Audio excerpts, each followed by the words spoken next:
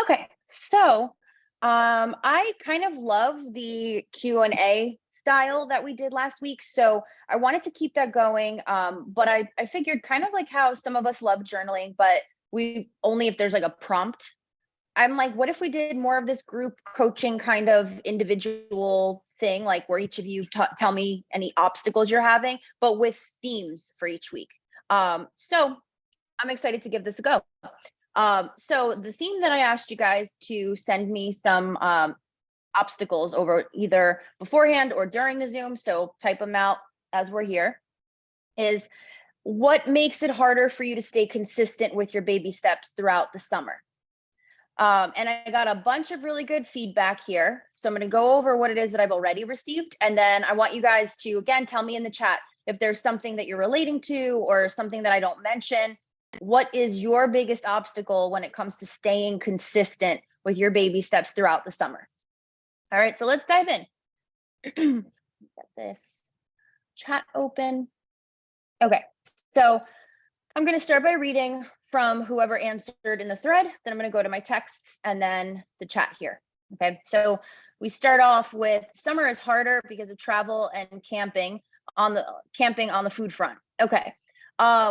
Does anybody else relate to that? Do you go camping at all during the summertime, or you're out in the outdoors more, so refrigeration might become an issue? I've definitely heard that before. I think when that is the case, you want to look at, well, what foods are readily available? Because it's not that you want to think about when you're in a different situation, you don't necessarily want to think about what you could bring that is going to be conducive for it. You want to think of what food is that's already there, what is against my baby steps, and then you hack that specific thing.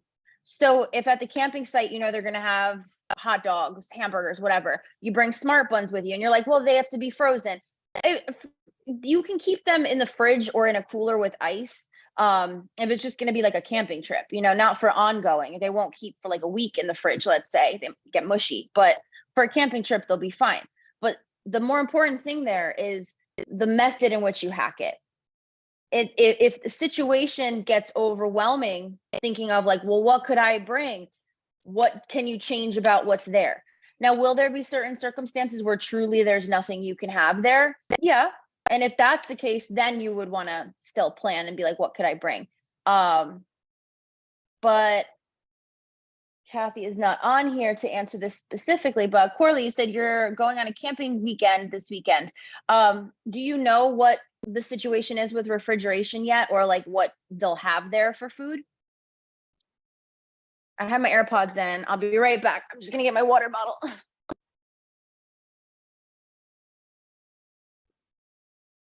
Of course, my water bottle is almost empty.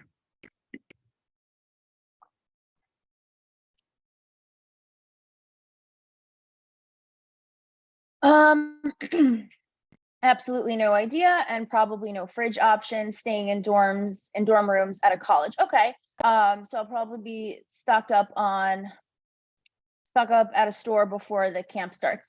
Okay, so for that, you can do, I tell people toast your carbonate and stuff beforehand, and then you don't have to refrigerate it. So if you have carbonate bread or base culture bread or any of the other ones, pre-toast it. So this way it doesn't get disgusting, right? And then you can use that as your vessel for the weekend. So any sandwiches can go on there.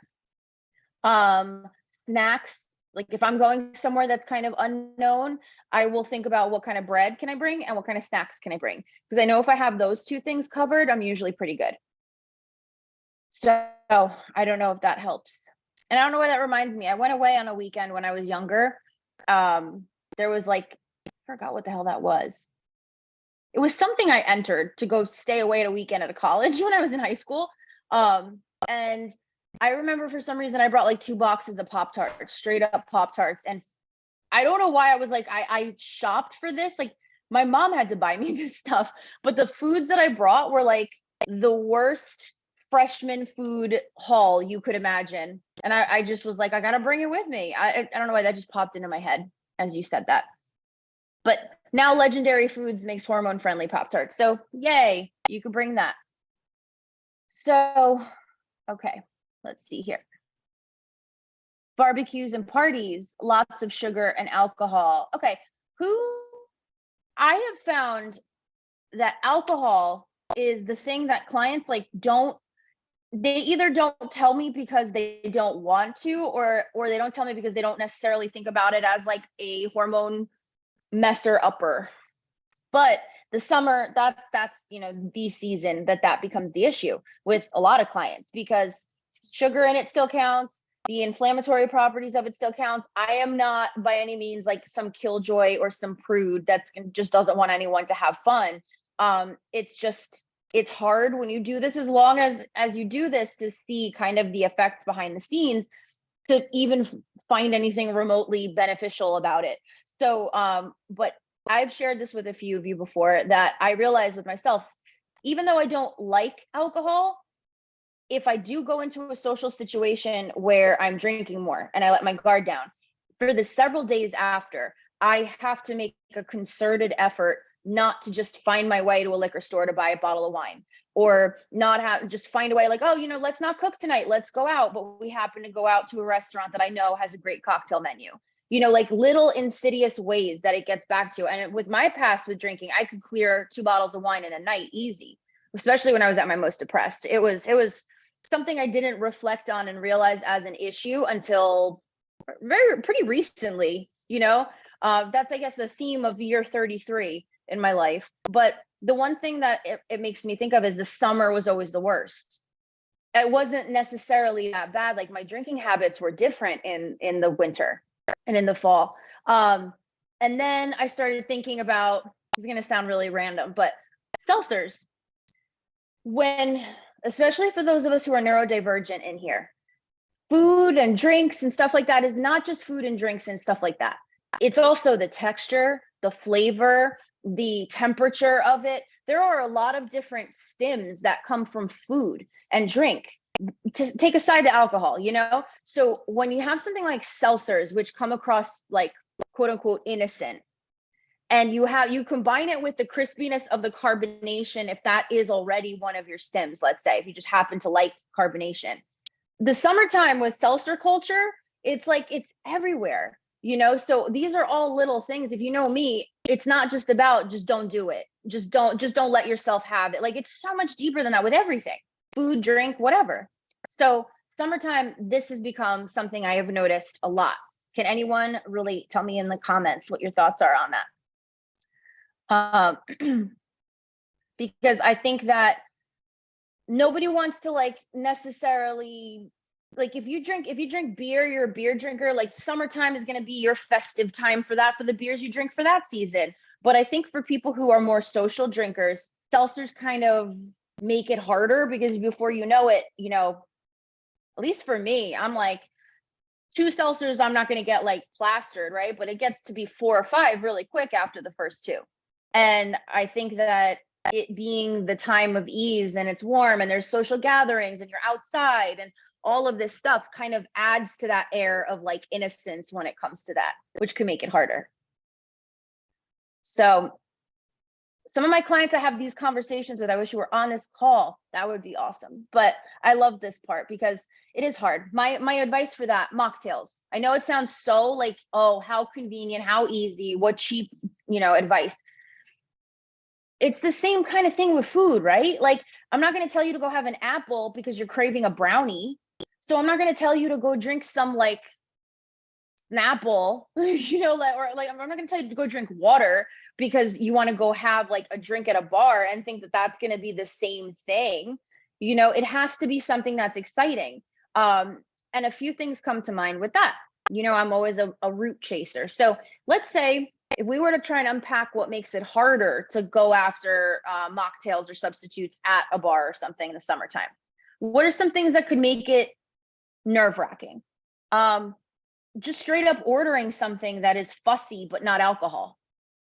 People can't stand being asking for gluten-free things at restaurants and stuff like that, right? Well, okay, now you're going to be asking for some fussy drink when you can't just have a regular drink or don't drink. There's all these kinds of fears of the perception of others. 1, it's far more common now. 2, I know it sounds silly, write it out on a Post-it note before you go. Write it out so you literally just give it to the server or to your bartender, and just be like, here you go.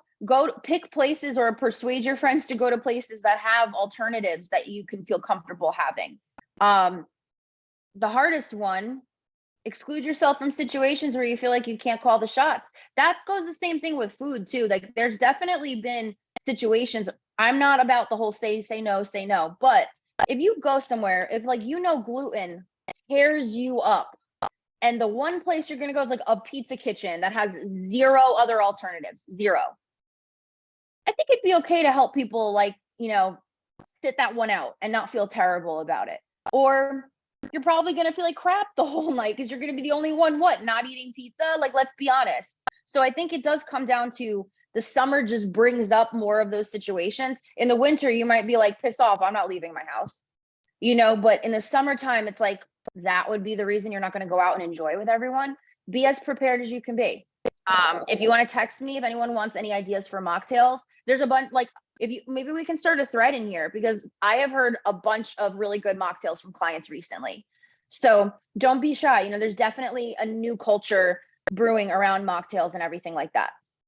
I'll never forget, like my business mentor went alcohol free a few years ago and was talking about going to Ibiza. And in Ibiza, which is like the party capital, like they just party all the time, right? There's a big mocktail bar culture.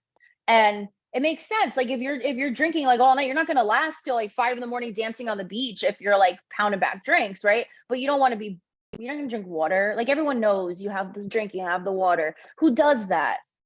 Never me, even when I should have, So like in Ibiza, he was like, yeah, you'd go to one bar and then you'd go to another, and the next one you'd go to would be a mocktail. Like that's it. That's all they had there. And you'd have a great time. And then you'd go. And I just found that to be such a cool idea, So like we like eating things that are fun. Why don't we want to drink things that are fun?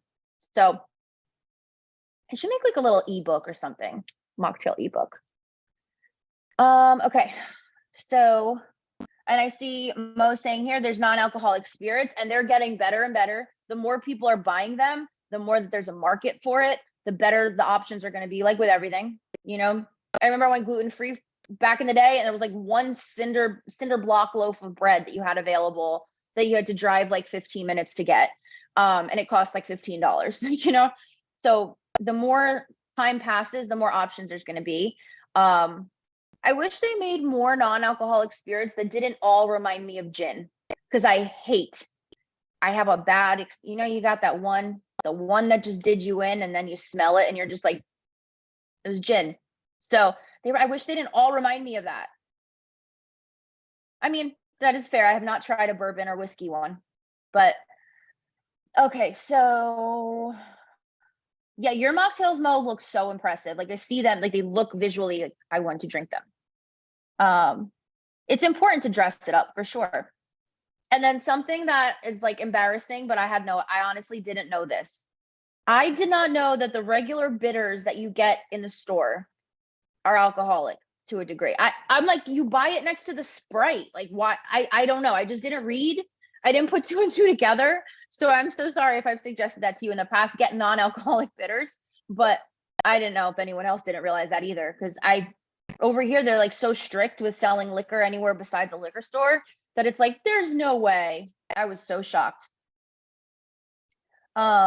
Yeah, and there's a lot more no sugar options that are coming too. Everybody just, this is something I found, when you want to find something, all you have to do is stand by your phone and go non-alcoholic spirits. And you know what? In a few hours, it'll be on your timeline as you're scrolling. It's really creepy, but if we don't have an option, might as well use it for our own benefit.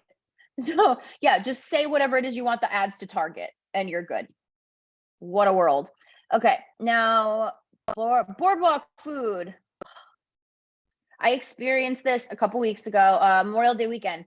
My sibling came down with the baby, so cute, and then our husband, and we went to the boardwalk, and there is no smell like funnel cake. Like there just is no smell like funnel cake, but I came home and I made myself my own version. Now, I know that that doesn't sound good in the moment, but what I have found is, and we can talk through and work through this because I'm not saying that I feel this way, so everyone should. I've been doing this and working on this for years, right? Is that it excites me when I smell something that is not hormone friendly. It excites me because I go, how can I make that hormone friendly? And then I know, because my binge trigger is portion. I am not somebody that's happy just having a bite of something. I mean, also issues with drinking, I guess. Like if you tell me I can only have a certain amount, I will not have a good time. So I would just rather have an unlimited amount of the thing that I know is not going to hurt me or make me feel ill or whatever. Just because it eliminates having to think about it at all. I don't want to have to think about how much. So I like the idea that for me, it's like, oh, I smelled that thing that smells good. That's an inspiration. I wouldn't have just randomly wanted to make funnel cake, but now that I've smelled that, I'm like, I'm gonna go figure out how to make a whole big. I can make 5 of them to the face, and I'm good. Sorry. Oh, stop. Don't be rude. Don't. So, good Mia, down. Sorry, I'm trying to get used to not like yelling at them. Funnel cake. What else did you say here? The smell and the peer pressure when being out with friends. Okay, so Sydney, you're on here, which this is helpful. What are some of the things that you hear when you're being pressured to eat stuff on the boardwalk? Can you give me an example of the dialogue that you'll hear for that peer pressure?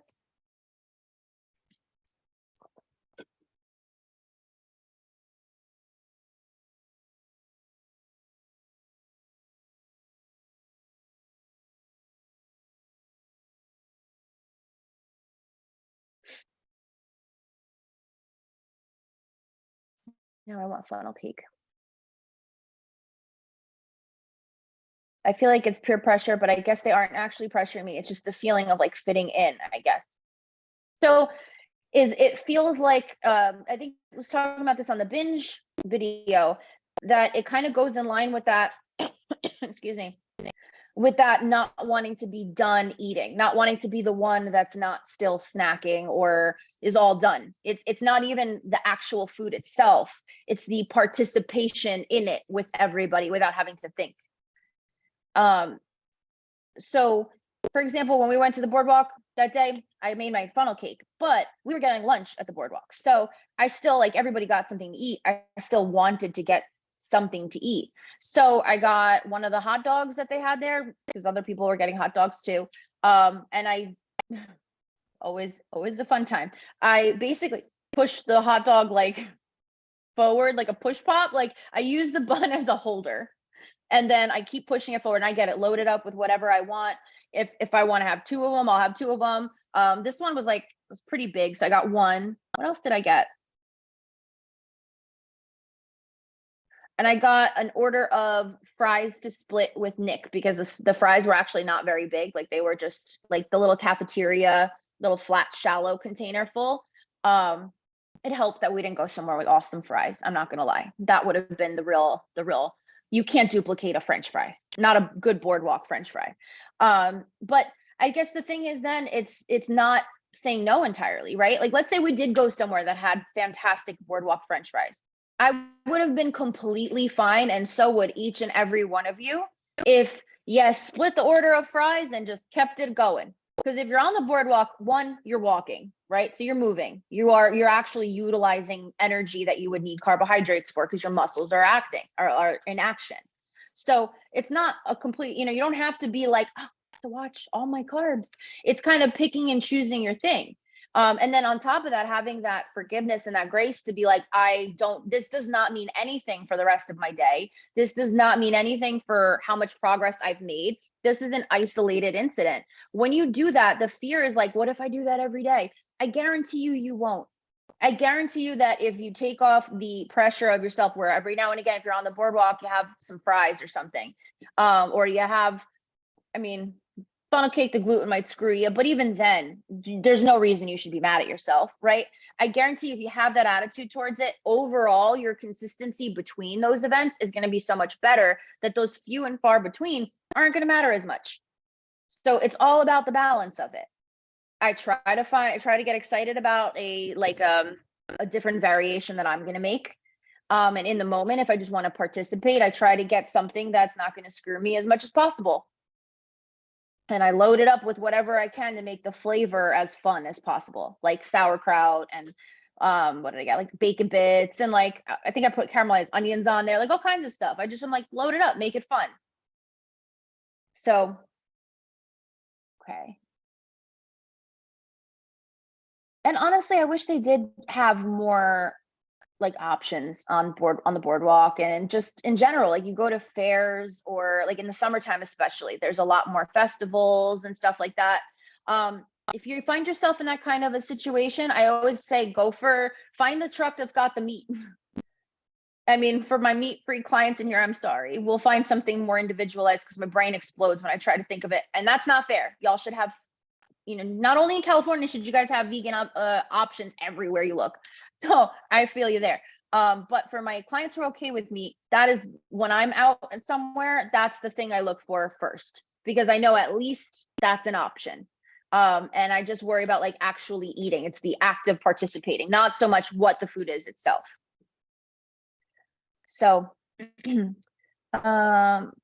it's hard because I have my go-tos that I can only get in the summer: curly fries, pizza, and Coors ice cream. But I mean, what's the big deal, honestly, pizza's hard because of the gluten part of it, right? And because insulin resistance makes all of this much harder because it's the one thing you got to be strict with, right? So it makes it more difficult. But what's the harm in if you split an order of curly fries with someone and you walk the entire boardwalk to freaking go get it? Like, I think you'll be all right. The pizza with the gluten, if you're going to have a gluten day, just rest the rest of the weekend and go light, increase your protein, drink a lot of water, recover, you'll be fine. Ice cream, same thing. Don't wait to have it at the very end of the day, so that your insulin is all freaking out while you're asleep, but not going to be the end of the world if you have it earlier on in the day and then you're just doing stuff and it's the summertime. So factor that in. Cognizant doesn't mean like, oh my God, I ate this, I'm so bad. Those few and far between are not the reason we are where we are. It's how messed up the process becomes when we're trying to be strict on the in between. Similar to the binging video. So summer makes me, oh wait, there's another one here. So also going on vacations and the urge to eat everything yummy on vacation. Not just that, but not being able to have the stability of my daily routine to keep track of my baby steps, especially my self-care. Okay. Vacation's a little bit different because vacation should be primarily self-care. I say should be because then I just remember that I'm going on vacation with my family this year. So it's not always, it's nuanced, but don't worry about the stability of your routines when you're on vacation. Like, isn't that the point of a vacation? You're not going to be a completely lost cause when you come back. You're not going on a 3-month sabbatical, like you're going away for what, week, 2 weeks? You're going to be probably doing a lot more on vacation as well. Again, you're going to have less stress because you're not going to have the day-to-day stuff. So it seems scary, but like it is okay to be lax. Certain situations call for the laxity. My philosophy when I go on vacation is I don't go looking for trouble, meaning I'm not saying that because this time period is vacation, it's no holds bar. I still have illnesses that are affected by food and stuff like that. So I'm not just going to eat some crappy bread roll because, hey, I'm on vacation. Like that still counts. What I am not going to do is turn away an empanada in Puerto Rico. I'm not going to turn away pizza in Rome. I'm not going to turn away a gyro in Greece. I am just going to do what I got to do to enjoy, because that is what I am paying and waiting to participate and enjoy. It's okay to say that. There's no shame in food being a part of the vacation. So that's really my thing is I say I'm not going to try and like poke the bear. It really still has to be something that I'm very interested in and actually really want to eat. Like it still has to be worth potentially feeling like crap, but I'm not going to hold back, because when am I going to be here again? I ate 3 Majorca sandwiches the day that I left Puerto Rico. I have not been able to find a Majorca sandwich absolutely anywhere. I don't know where to find the bread. I don't even know how to make the bread. I went to freaking culinary school to make bread. I cannot figure out how they get the texture. It is truly something that is just Puerto Rico. I'm not gonna not eat that. Are you kidding me? I don't know the next time I'm gonna go back, you know? So that's my point, is like, enjoy. That's part of vacation. Now, everybody, I don't know if everyone knows this story, but I went to Puerto Rico with this lovely mindset of like, I'm going to enjoy myself, not look for trouble. And then I know when I come home, I usually have like maybe at the most like a month of recovery. I don't really look at mirrors. I focus on my baby steps. I drink a lot of water. I just try to take care of myself because I know for about a month, my body's going to be off. So come home to do that. 2 weeks later, Nick's school shuts down from COVID. I'm sorry, 2 weeks later, Nick brings home COVID. We get COVID. Nick's school shuts down from COVID. And then everything's locked down for like a year because it's New Jersey and everyone went nuts with it. And that was really rough because those symptoms are still, they will come back. You know, I didn't even go off the rails when I got home. Like the restaurant, we were ordering out because the supermarkets were madness and like ransacked, you know, so sushi and Prosecco a few times a week. And when I tell you, it took me, if you haven't heard this story, text me so I can give you the full rundown because I feel like everyone's heard this so many times. But it took me like a full 2 years to get back to where I was. But I still don't regret that vacation. Like I had no idea what was going to happen. I am such a firm believer in do not waste your money going on vacation and holding yourself back because you feel like you're above a certain size to enjoy yourself. You might feel like crap, rest, have some of it, don't have all of it if you're really afraid, but don't feel bad about it. It's too expensive to feel bad about vacation in any way these days. Okay. So, and if you do feel like you need self-care on your vacation, don't be too rigid in, words. Look for the point of why you do what you do. The point of your routine is to make sure you get good enough sleep. The point of your routine is to make sure you get self-care so you can unwind. If your circumstances are different, look for different ways to still accomplish the same point.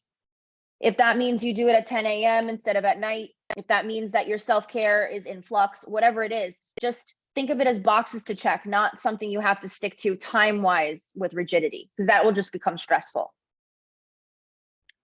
Okay. Summer makes me fatigued, inflamed, and miserable, which has a tendency to make me want to hermit. But on the good days, the festivals in Chicago are so enticing, but full of alcohol, fried foods, and way too expensive everything. The beach is great, but kills me physically, and it's so hard to just enjoy summer anymore.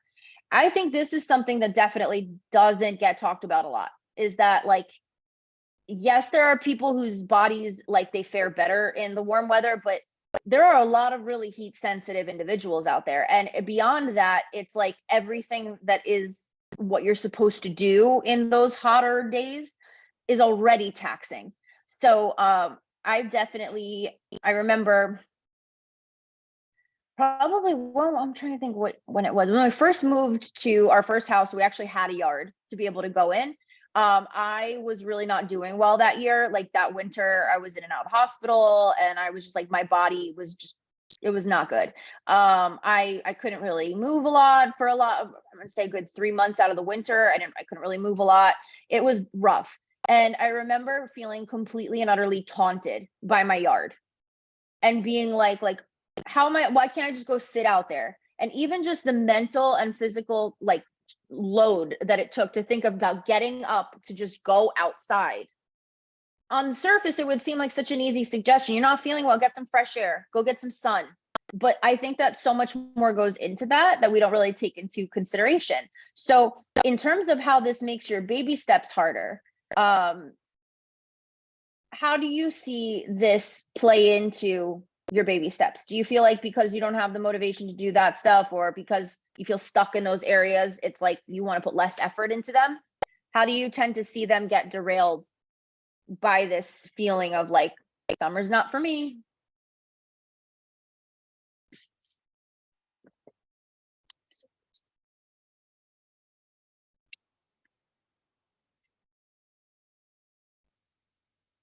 I don't eat, you just stay put, right? So for that, I mean, at the risk of telling you stuff that you already know, I would say try to think of it as your food is not food. You need to get those tokens in, those calories in. Every time you do, it's like supplementing your body feeling better. Whatever you can think about it that takes it away from being food and more so just as like, how can I get calories down my gullet? It becomes that cycle. I know you know this. It becomes that cycle of then the lack of motivation. We then don't eat. When we don't eat, our symptoms act up. Our symptoms acting up kills our motivation, and it goes round and round again. So go back to basics. Like I loved how you were big on the strawberries when we first started working together. Try to have your safe foods that like, okay, today's a day where I just am not feeling like up for it at all. And on that day, you get up, you go get your easy foods, and you just leave them in front of you and just be like, I don't have to like this. I just have to take a bite every so often. And then it'll break, eventually. Watermelon is more carbs. As long as you're pairing it with a protein, I do find like watermelon is just the easiest. Like you said that in like my mouth water. I freaking love watermelon. That is definitely one of my carb obstacles in the summertime. Because again, like a potato, how do you replace watermelon? You don't. You never will. So add protein to it. Like use the watermelon as a means to kind of break that no appetite thing, but then add protein to good. Cheese and nuts. Yeah, it prolongs the glucose effect, or it stabilizes the glucose effect and prolongs insulin delivery. So cool. All right, then. Okay, so we're good on these. Let me get into my texts. Okay,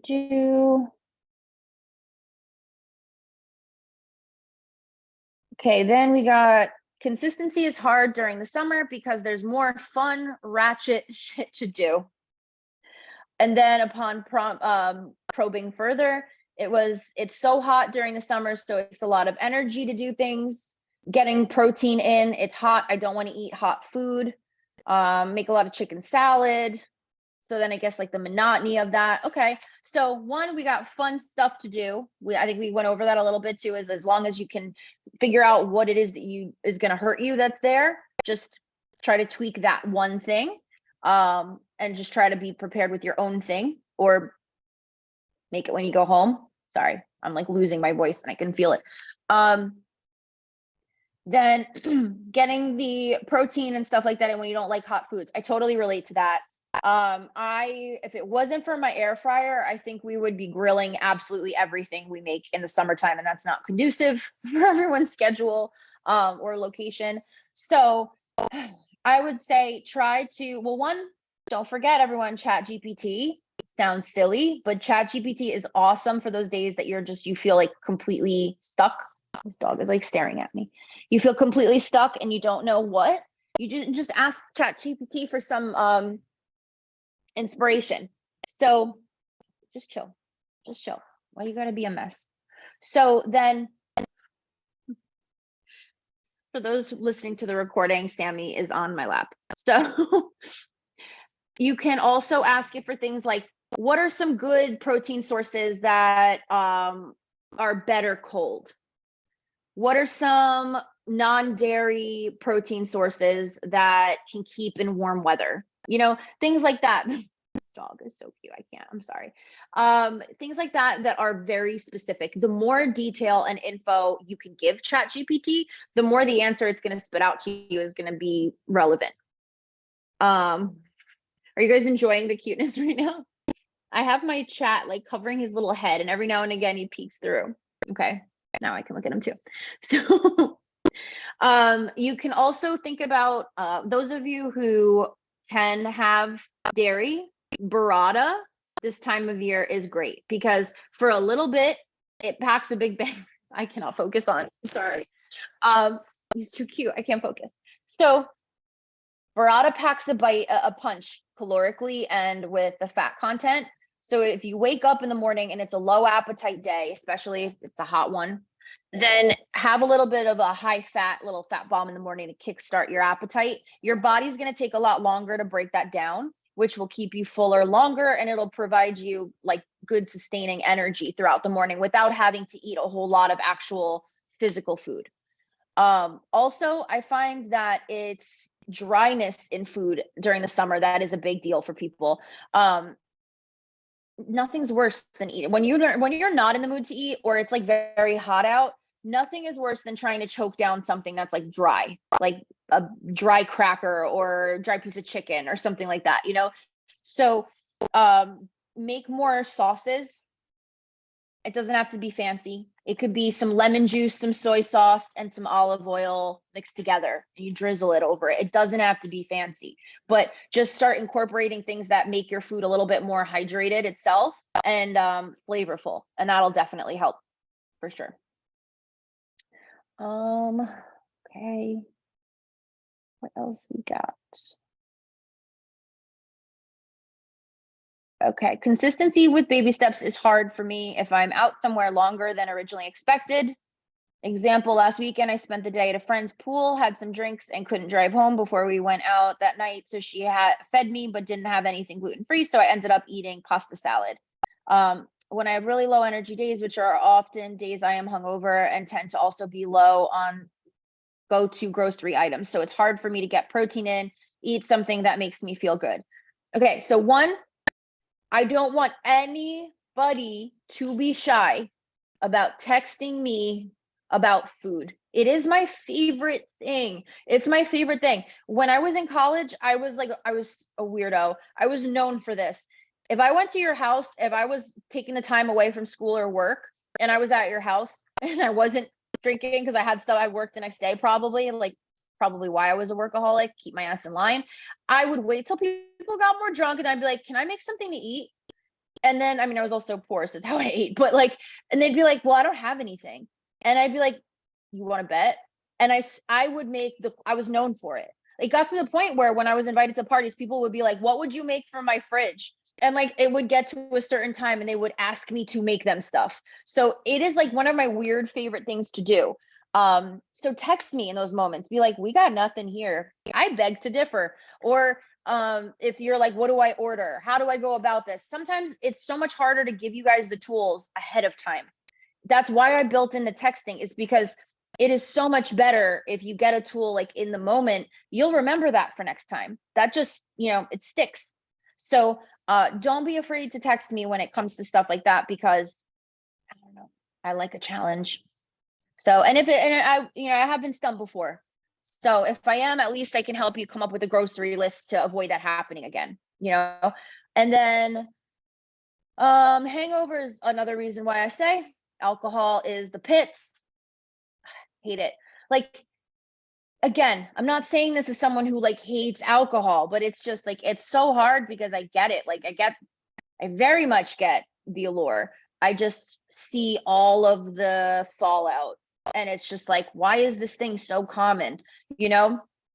So short of drinking less, hangover days, what could help is you just got to be really gentle on yourself. Honestly, the worst thing, and I know I've done this many times, I don't want to feel bad about this, but the worst thing you could do is the day after drinking, the thing they tell you to do, which is like, get greasy food, sop it all up. Like, we tend to think, oh, I screwed up anyway, so what does it matter for the weekend? No, it just compiles. We don't really have a working metabolism for like 36 hours afterwards, because our body's just in hyper mode trying to filter out the literal poison in our system.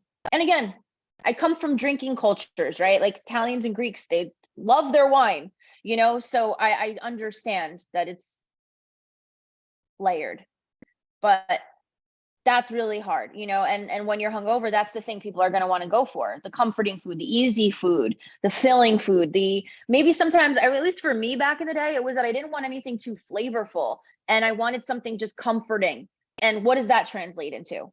It has to be a carb, not that flavorful and comforting, so I think it just all kind of goes hand in hand. That's why we're doing this. Summertime is ripe with these.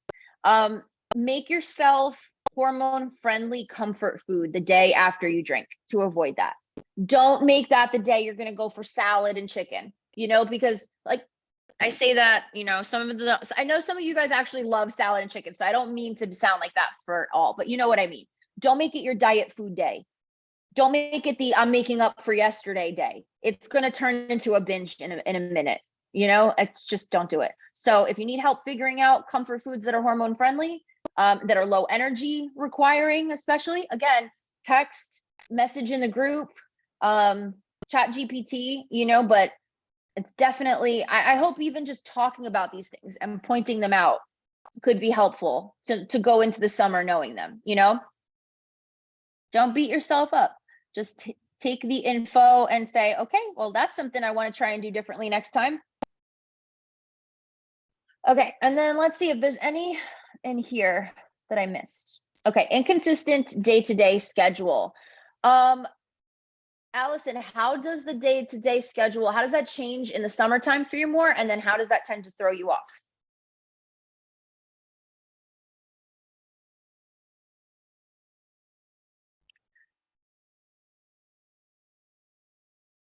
So how does inconsistent schedule tend to throw you off the most?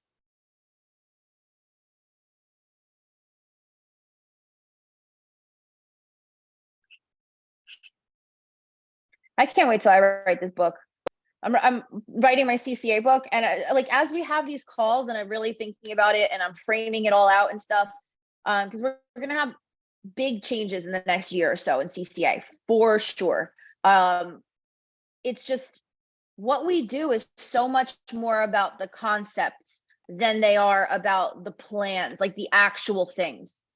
Because I've always wanted it to be that way. Concepts can be done differently, you know, accordingly. We're never going to have the same day to day, same threshold for long. It's very rare that we do, you know, and I think a lot of the fun things in life come when our schedule is thrown up in the air and different. I didn't say this first because my brain, but Maria, speaking to your point there, saying that definitely the fact that every day and weekend will be different, you know, that I think some of the most fun parts of our lives have very different schedules to them, you know? So I think if you have the concept that can get you through that, then it's okay if those things are different.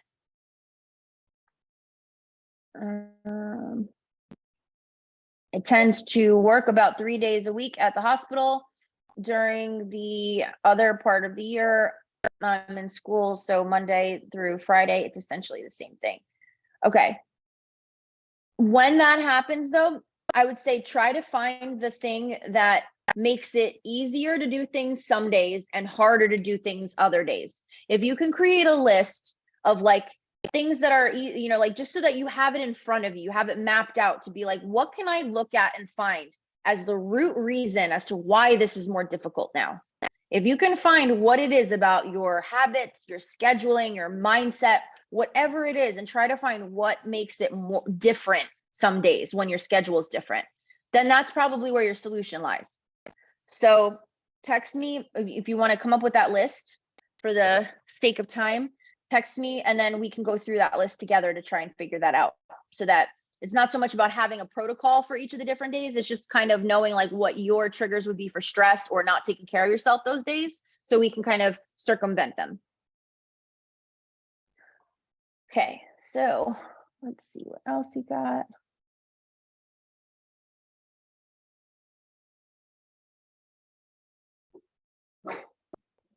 Okay.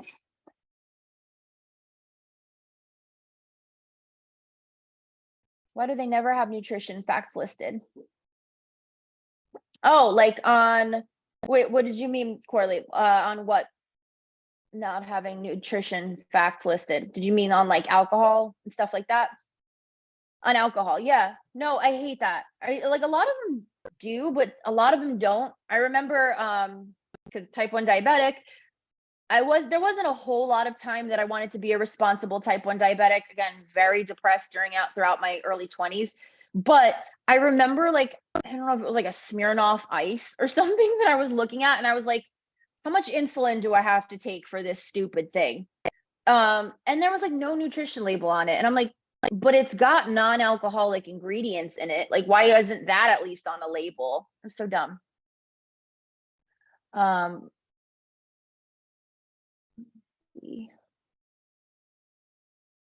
I don't know if it was you, but someone told me about holding a cocktail method. Yeah, I'm gonna be doing, I like to do mocktails at the retreats. So we're gonna be doing a mocktail mixer at the retreat and stuff, but I think it would be cute if I did like a little mocktail cookbook or like a little mocktail book, to go along with it even. You hold the same cocktail all night, but don't drink it.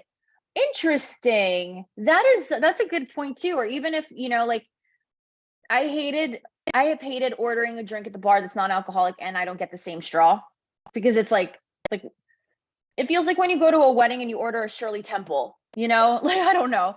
So I've even before like stolen one of the other straws and just swapped my straw out and done that and just like chilled with my drink. Because I think also when you're out, a lot of times we underestimate the anxiety that we get. Like, what do I do with my hands? You have something to hold, or if you're dancing and you tend to have something you're holding as you're dancing, it's like a weird little security blanket. But that's a really good idea. Seltzers also give me migraines. Seltzers get me. Any kind of like malt type of thing, I don't know. Seltzers also remind me like they can go Four Loko a little for me. Anyone remember those? Garbage juice. They're just like, oh my God, it's a miracle you survived the next morning. It was awful. But something about them, they have this like slight undertone taste to them that like reminds me of Four Loko. So I've been making conscious effort to not really drink this summer, not because I'm against it, but because I know it's a major trigger for my swelling and elevated blood pressure for sure. My body would get so angry, like my knuckles would be so swollen. My Raynaud's would be activated from it. It was so bad. And I remember getting literally mad at a doctor that suggested that I would feel better if I stopped drinking wine once. I was like, yeah, okay, it's the wine. Uh-huh. Evidently it wasn't the wine itself, but it sure didn't hurt, So it can be difficult when around certain people when I try to explain why I'm not drinking when we have a get together. You know what? I have the easiest answer. I just don't like it. That's it. Why aren't you drinking? I just don't like it. I say that all the time now. Like, do you want to drink? We're like, no. Why? You don't drink anymore? Be like, I just don't like it. People don't really push because like, how do you argue a like? Like some people don't like cilantro, so it's just kind of like it kind of makes it weird to continue pushing past that, at least from what I have found. Plus add alcohol with Louisiana heat and my body. Oh yeah, no, I never understood that. Like I've never felt worse in my life than when I would day drink outside in the summer. I would be saying that I would be having the best time ever, but there is just no more shriveled up, dehydrated feeling in the world for me than like drinking in the sun, in the heat. It's just like, ugh, I feel like I'm wilting. Okay, so reading this. And I want to circle back to this point you made real quick before we jump Sydney too, about noticing it's not really that they're pressuring you, it's the feeling the pressure, right? I think in a lot of ways, maybe it's good if whenever you feel like the situation is pressuring you, stop and ask and say, what has been said? Because sometimes it makes us realize that it's our own insecurity, it's our own fear, our own feeling weird that's bubbling up that absolutely no one around us gives a damn. It's just us. But sometimes it takes like asking that question to be like, you know what? No one said anything. I just felt weird. And sometimes that in itself can be helpful. All right, so I don't want to put this too long. I know it's already 8:51, but I think this was really, really fun. I love answering your questions more so. And if there's anything that I couldn't talk about in depth, please feel free to text me. If you have any questions at all, text me. And go into this next holiday week feeling empowered, feeling excited. Make it your own variation. You don't have to diet and do the thing because you have the hormone issue. You get to participate without feeling like crap. Think of it that way. And I think it'll be a lot better, and if you need any help or any support, we are all here. Okay. So bye.